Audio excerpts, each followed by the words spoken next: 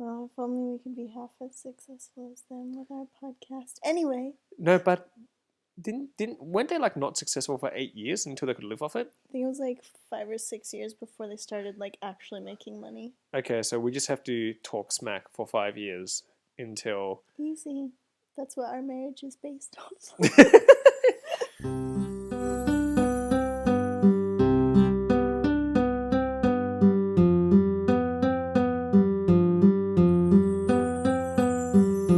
Welcome to the Bumblebears Podcast. We are your hosts, Willie and Saz. We are backyard beekeepers here in Melbourne, Australia, with a keen interest in all things bee-related. And it is coming close to the end of the season, so we thought it would be a timely occasion to basically give an abridged version on how we got into beekeeping and just logistics and some tips on how you can get into beekeeping if you are that way inclined. Yeah, because not only is it good timing because we're closing down the season and it could be a good time for people to start planning for next season, but also this is one of those questions or comments that comes up every single time it comes up that we have bees. Undoubtedly, somebody's going to go, I want to get into beekeeping. How do I get started with beekeeping? So today we are going to answer those questions. It is a big, it's a big project, but we're going to do what we can to kind of lay the groundwork so that you too can get started in beekeeping. Yeah, so we can just refer people to the link to this podcast, and we don't need to repeat ourselves. Exactly. No. I love taking questions, but I. But it is a lot of information. Like when you meet somebody and then they're like, "How can I get started with beekeeping?" and you're like, how much time you got?" Like, Yeah. Yeah. So this is a good chance to kind of lay it all out there for people. Yeah. So to kick things off, I'm just going to give out an abridged version as to how it all started. And I'm going to be glossing over a few things, but I'll make sure that I include the pertinent points. Anyway, like my interest in beekeeping actually started because I was staying at some people's house and they had bees in their backyard, and I too was one of those I guess non-beekeeping people, which meant a beekeeping person, and said, "Wow, how do you do that?" And they just basically said, "Well, they had mentorship, then they managed to get some bees, and then they're actually relatively low maintenance. If you have a backyard, you can do it too." And I was like, Yeah, they were very like encouraging to you, right? Like they kind of gave you a few basic tips and they made it seem very accessible, and then you got interested. Yeah, they definitely didn't talk it down. They basically said, "No, yeah, you should do it. You should do it. Like once you have the means to, you should invest in this because it's very rewarding."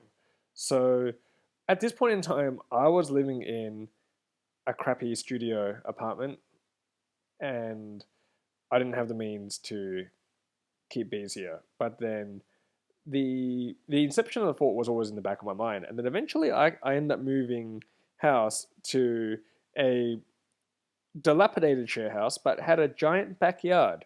And then it just occurred to me, I have a backyard now. I can take up beekeeping.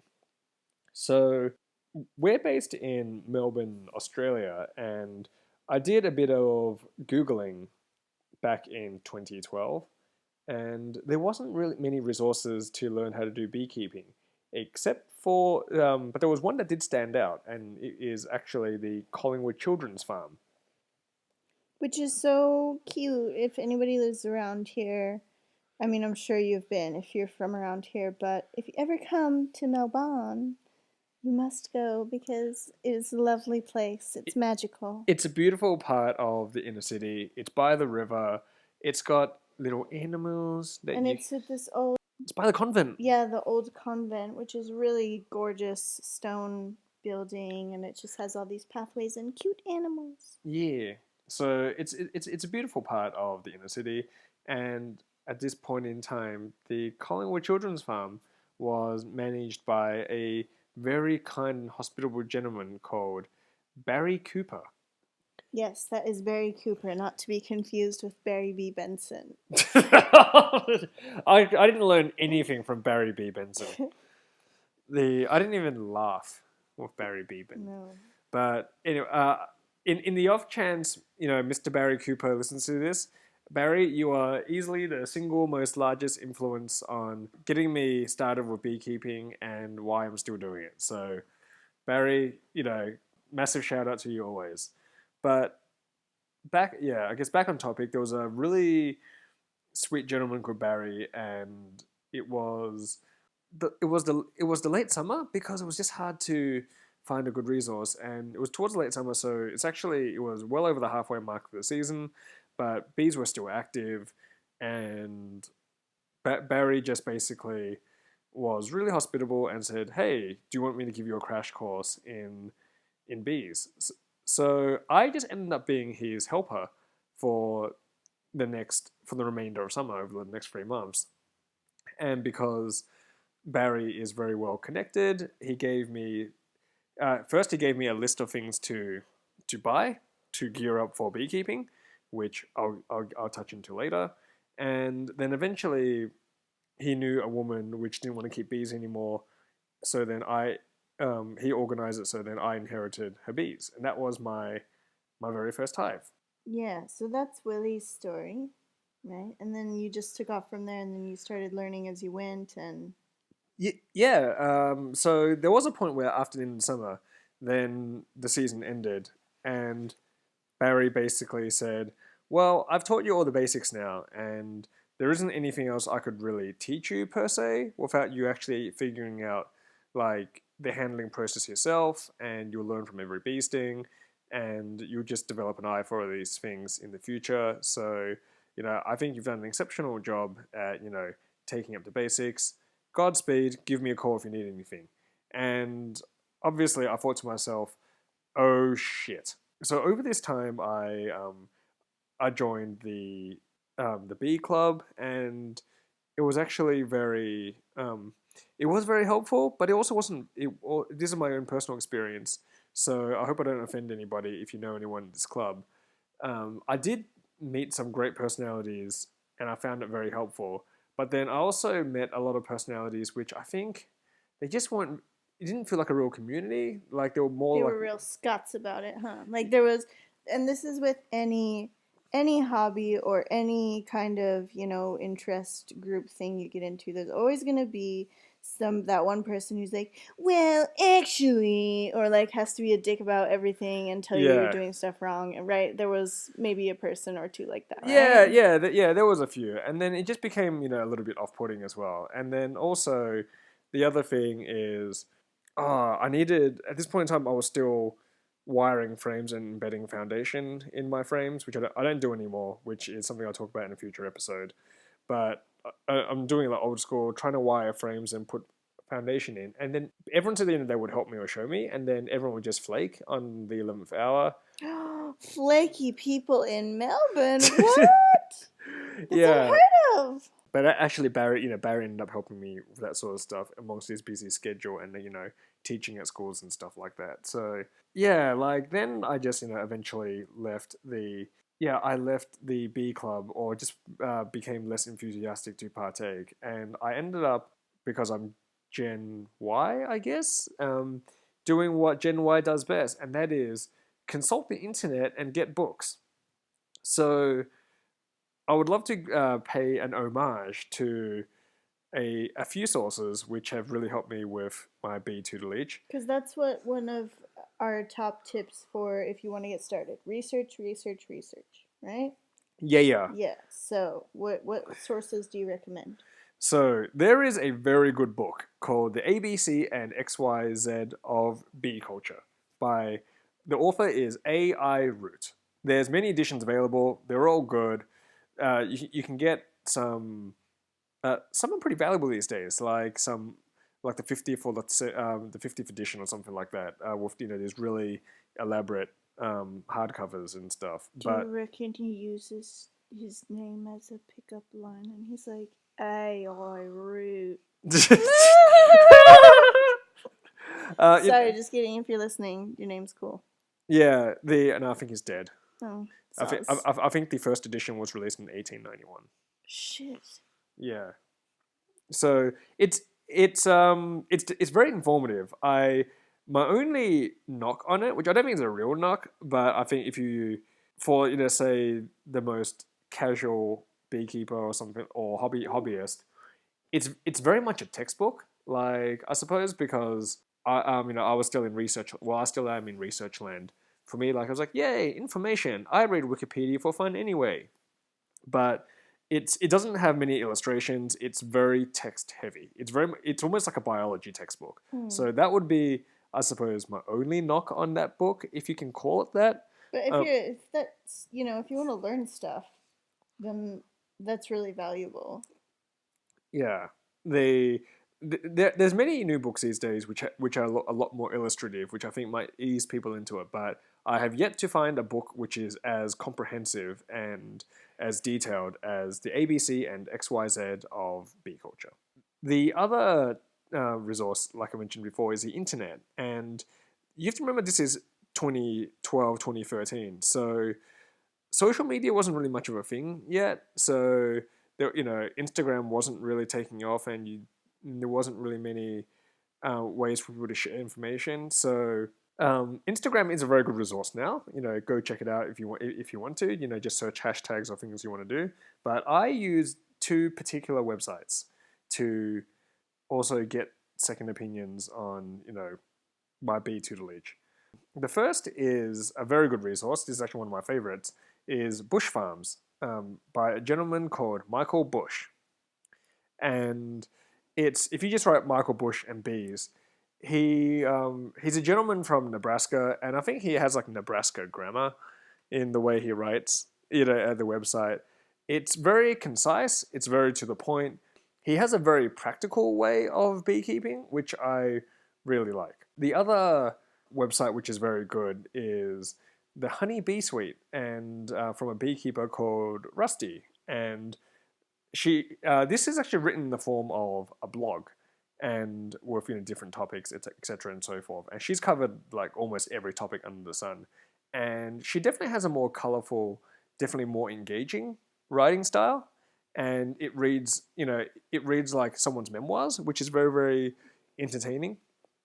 Mm-hmm. And I guess the downside is it's a bit harder to navigate that particular website.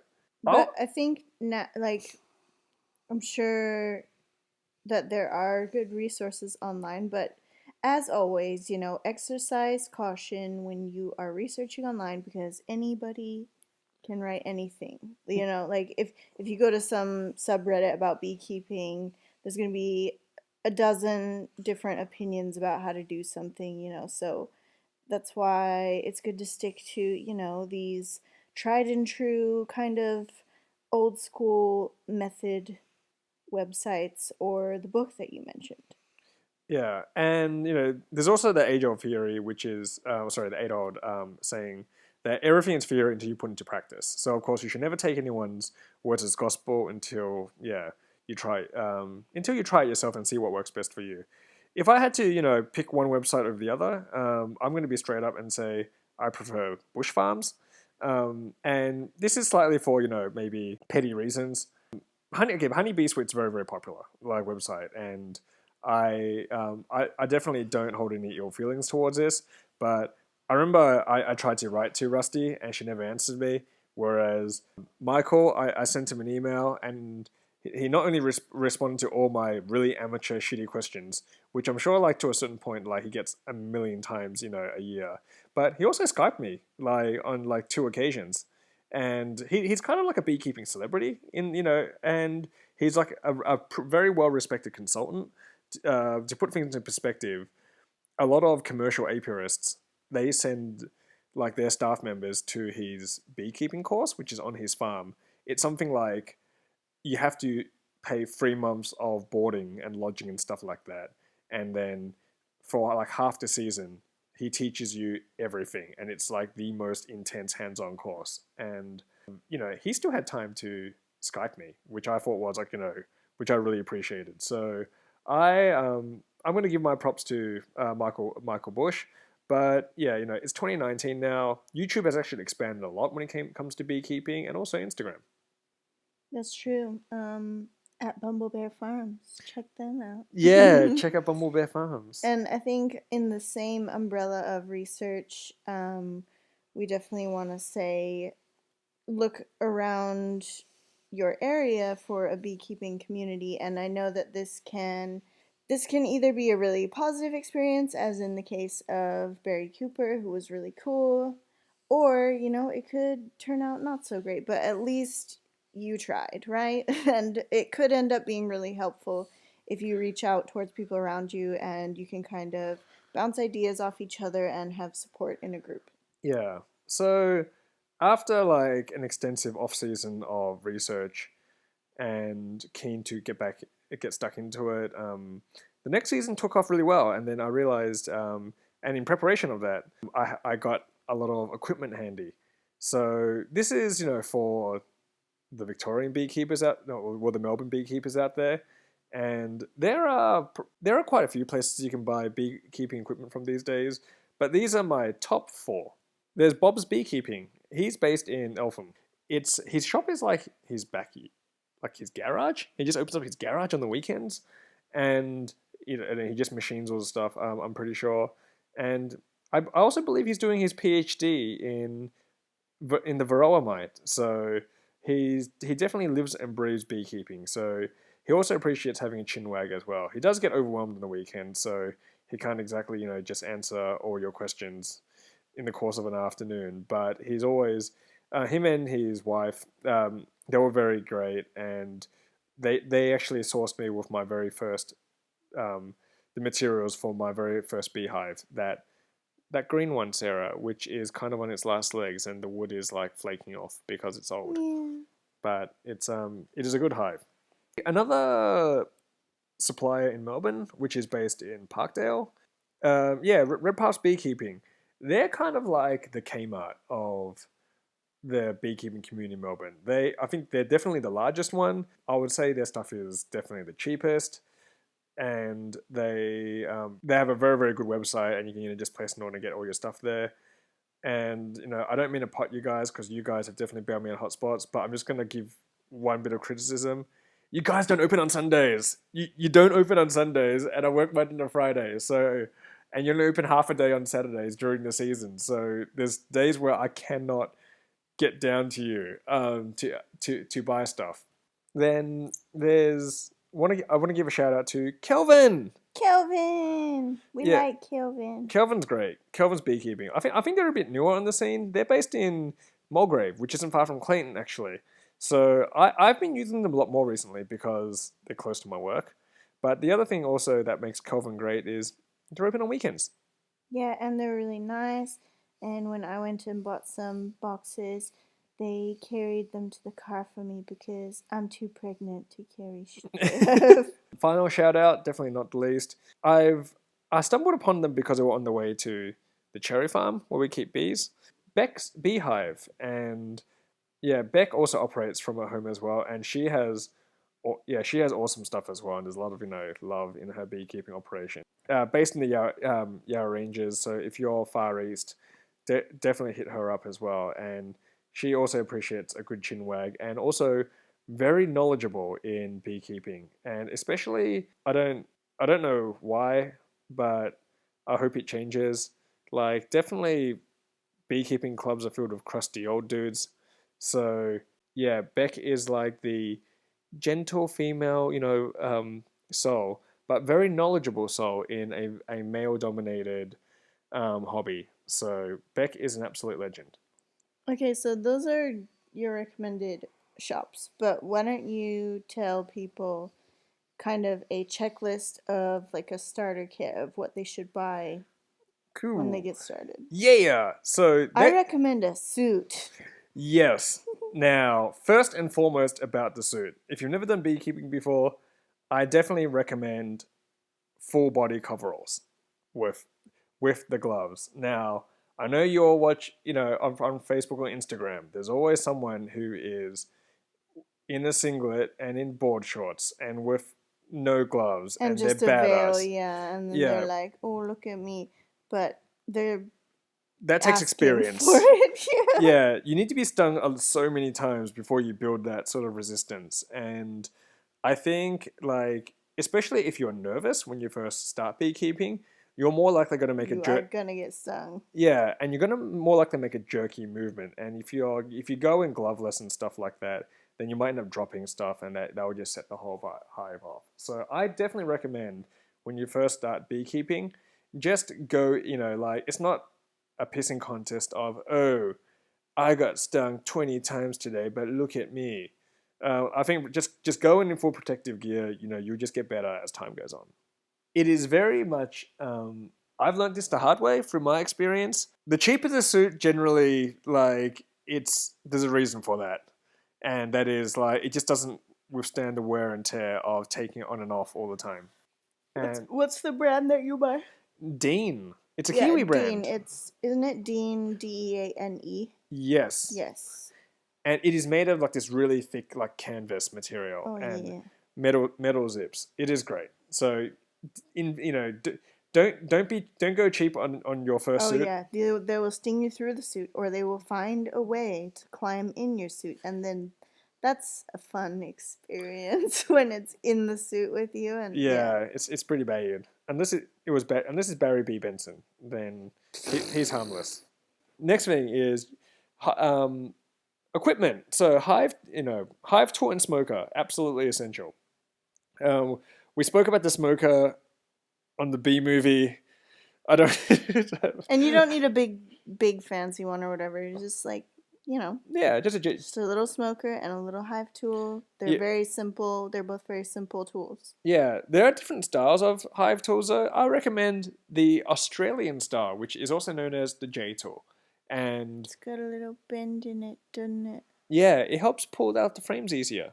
Then, of course, you need the hive and the frames to put your bees in. Now, this is an area of debate. There's people who swear by 10 frames, and there's people that swear by 8 frames.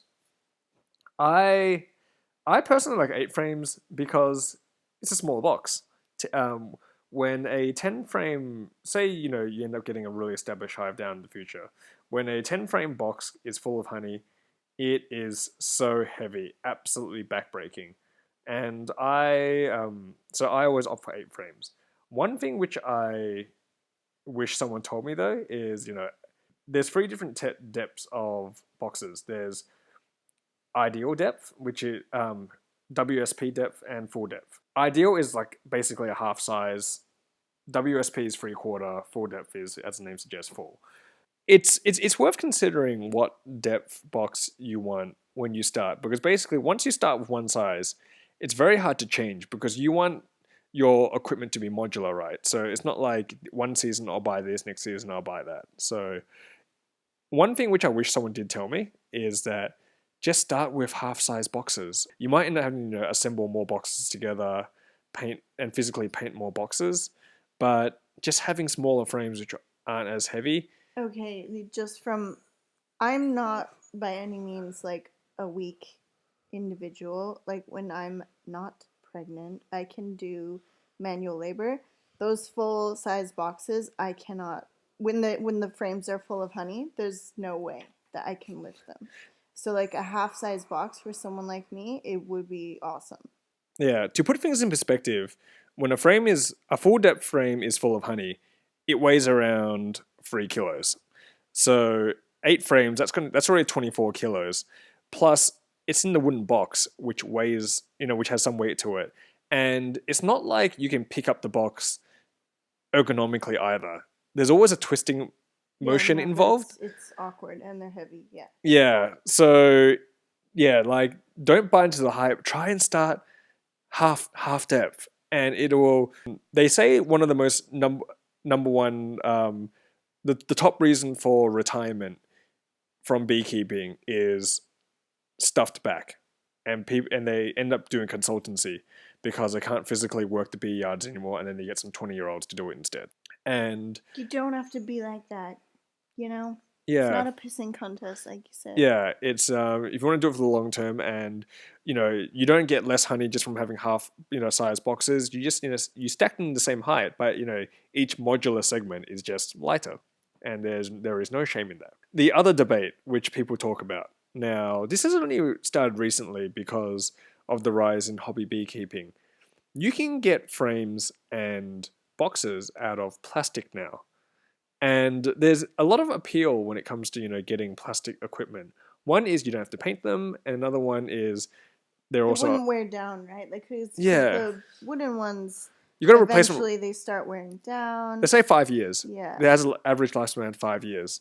I am ideologically against plastic because, yes, I have to replace the wood every 5 years, but the wood that they use to make the boxes is from like ecologically sustainable pine.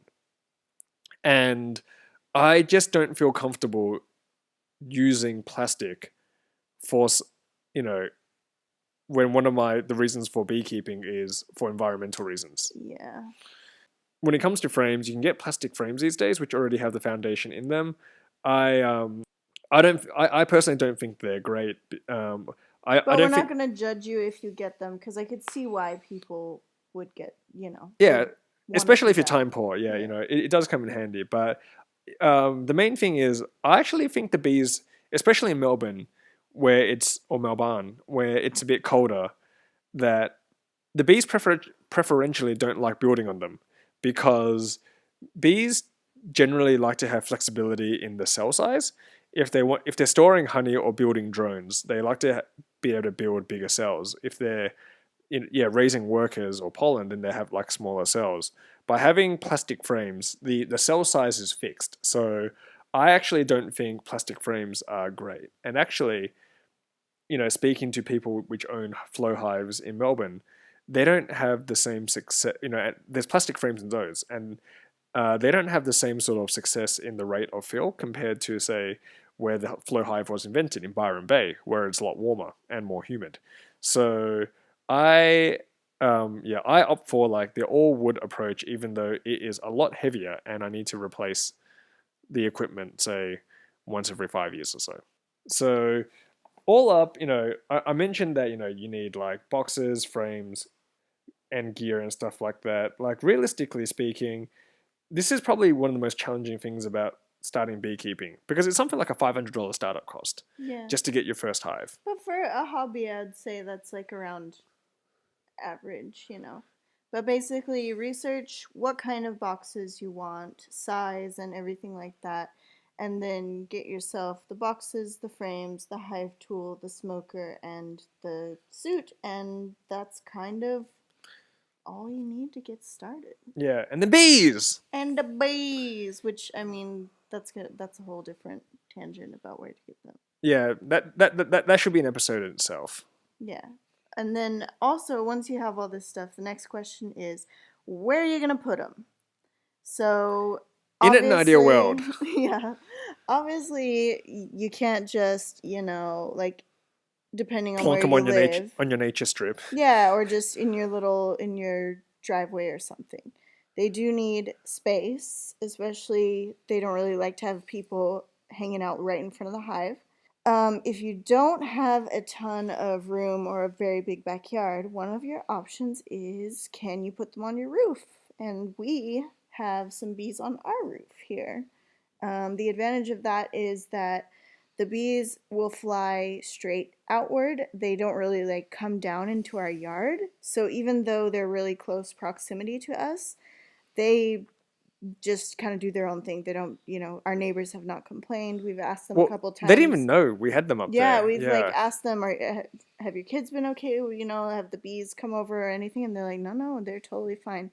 So that's a really, really good way to keep bees if you don't have a ton of room. Yeah, and the Department of Agriculture says that even if you live in like a fairly small house and a small blueprint, you're still legally, if you have like say an adequately designed rooftop, so basically a flat rooftop, which is over 2.5 meters high, you're allowed to have 2 hives. If you don't have a rooftop though, and you have to put it at ground level, things you should consider. You need to put the back of the hive flush against a fence line. And the legislation states that, there needs to be a 2.5 meter clearance. So the idea is that in theory, if the bees do a 180-degree U-turn and fly up. They have to, the 2.5 meter fence kind of like forces them to really like, acutely ascend up, so they're not in like at eye level basically. And the other thing is just be conscious that if you do put them on your property, you don't want to be staring at the runway basically, because if you approach the entrance of the beehive, they'll see that as a threat, and then that's generally not not nice. That's it. If you want to get stung, try it. It will happen. Yeah. So this is probably where mentorship does come in handy. That if you're setting up your first beehive and you don't know if there's a good spot or not, this is probably like if there is a friendly person at the club. Go scouting together.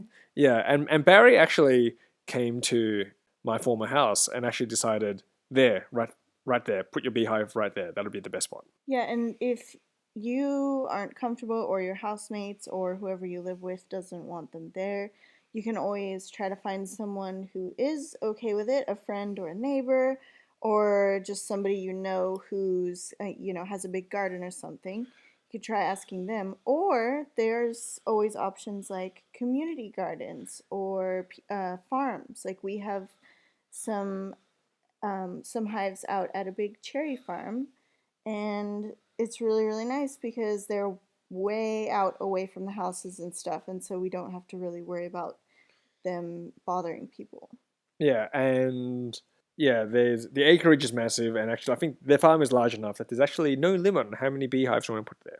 The other thing with bees is that probably not a bad thing when it comes to hobbies is the maintenance required. And when I say maintenance, I mean how often you should do a hive inspection. So the general rule is during springtime, once every 2 weeks, and in the summer, once every 4 weeks, which is not very labor intensive when it comes to looking after, 50,000 flying units.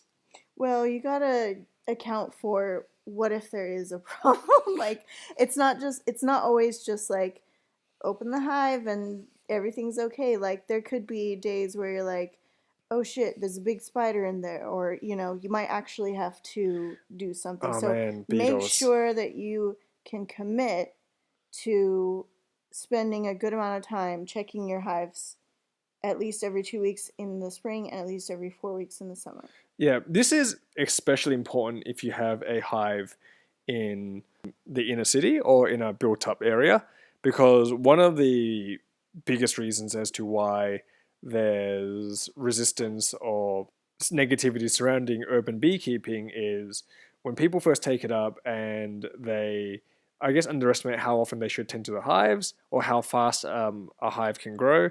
The hive ends up swarming, and then they swarm on like a neighbor's property. Yeah, and all then of a sudden there's angry bees in somebody's house. Yeah, and then the neighbors get angry, and then we get phone calls and SMSs saying, "Hey, my dipshit neighbor has bees and they swarmed on my house. Can you please help me remove them?"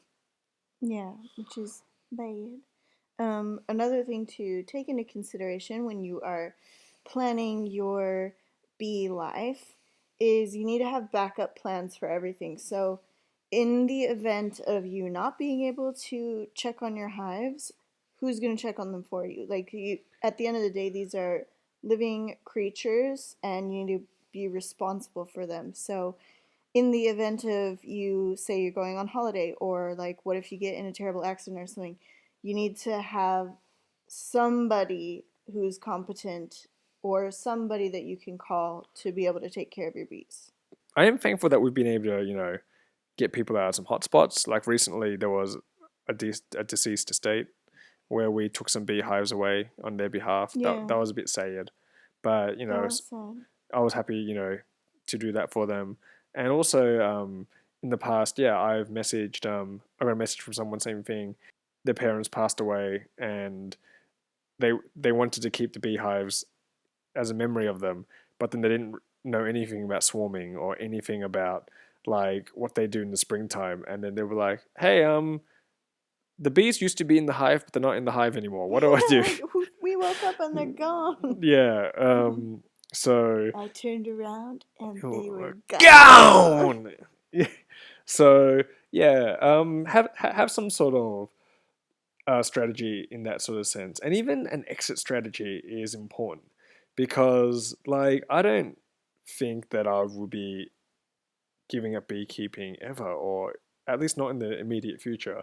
But it is something that I need to be mindful of, and that is, say, if tomorrow I couldn't keep bees anymore, like, say, I developed an allergy, overnight, and that if I get stung by a bee again, I would die. Yeah, just think about, like, who, like, yeah, as Sarah has mentioned, these are living creatures which deserve our utmost respect. And at the same time, if you put them into a box in a built-up area, like, you are responsible if you don't attend to them and they fly into the chimney of, your neighbor's house. So, That's thi- bad. yeah. So think about, like, how could you get rid of, I guess, not get rid of them as in exterminate them, but how could you ethically, relocate them? Even if it's something as simple as looking up locally who else keeps bees in your area and just making contact with them and just being, even if you just network that way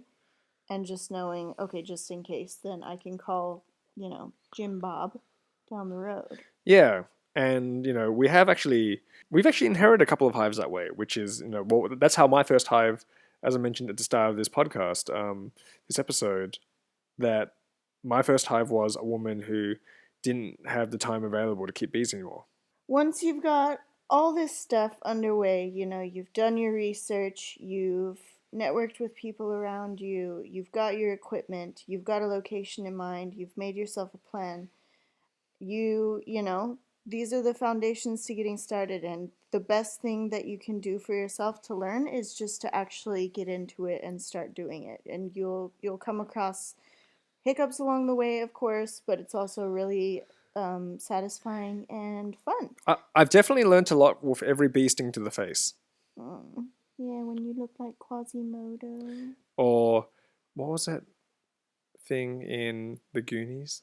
Oh, oh, Sloth. Yeah, Yeah, you do sometimes look like him. yeah. But yeah, once you've got all this together, just dive in seriously, but keep a few things in mind. Why? Ask yourself why you want to do this. If you think you want a bunch of honey and you want to make money, I'm sorry, but that's not very realistic. Like, it takes so much time to get going and to be successful enough to even get a harvest at all, that if that's your only reason why you want to do this, you should probably go work for a big apiary or something and not try to get started from the ground up, because it's just it's just not how it works. I spoke to a couple of, I guess, not large scale commercial, but people who can kind of live off their honey, like, just purely from, beekeeping and honey sales, and they say that you need like 100 hives just to be able to financially Oh my, sustain yourself. that's full time. Like, you're not Yeah. doing anything else. So realistically, if, like, you're thinking, oh yeah, yeah, honey as a way to sell the honey, get honey, They sell make the it. honey and we make the money. Exactly, yeah, and then, sell these things at community markets. It's actually not very. It's actually a lot of work involved. It So takes so much time to get going. So if you want to do it because you want to, be helpful towards the environment and help preserve bees and stuff like that. I love the biology of bees. Yeah, It or if is you just fascinating. like find it interesting, then those are great reasons to get started. And also, yeah, I guess on a closing note with honey, things that which, we always tell people is that if you're say if someone hooks you up with, a nucleus hive, it's just temper your expectations and don't expect a surplus of honey that is available to harvest in your very first season. Yeah, hives need at least one season to get settled. Colonies need a season to get settled before, in the second season, once they're at full strength, that you can get a harvest. So typically, that is, yeah, you're in it for the long game. It's a labor of love. It's kind of like gardening where you just need to be patient and wait a lot of the time. Stay committed. Definitely don't get into beekeeping unless you want to dedicate some years or even your whole life to it, because it is definitely, it's the long game here. Well, that's basically that's not a completely exhaustive list on how to get into beekeeping because there are some other nuances to it, but that is basically the foundation. And if there is something that we didn't cover and you want either Sarah or I to answer your questions, please hit us up either on Instagram. At Um, Bumblebear Farms. yeah, Or email us at bumblebearfarms@gmail.com. and we would love to answer any of your questions. And You know what we didn't mention, and there's a reason for this. When we talked about the equipment, we didn't mention anything about harvesting equipment because that's just like it's a whole other ball game. yeah, And we have an extractor, but that is expensive and large. And maybe we can talk about different ways to extract honey on a different podcast. oh, the honey extraction subject is definitely worthy of an episode of its own. Yeah, so we'll do that at another point, but yeah, these are some steps that you can take to get started. Definitely go out and do your own research, but at the end of the day, you guys, you can be a beekeeper too. And be kind to bees. He hates my sign off. It's very cute. Mm. Yeah. All right, well, bye everybody. Bye.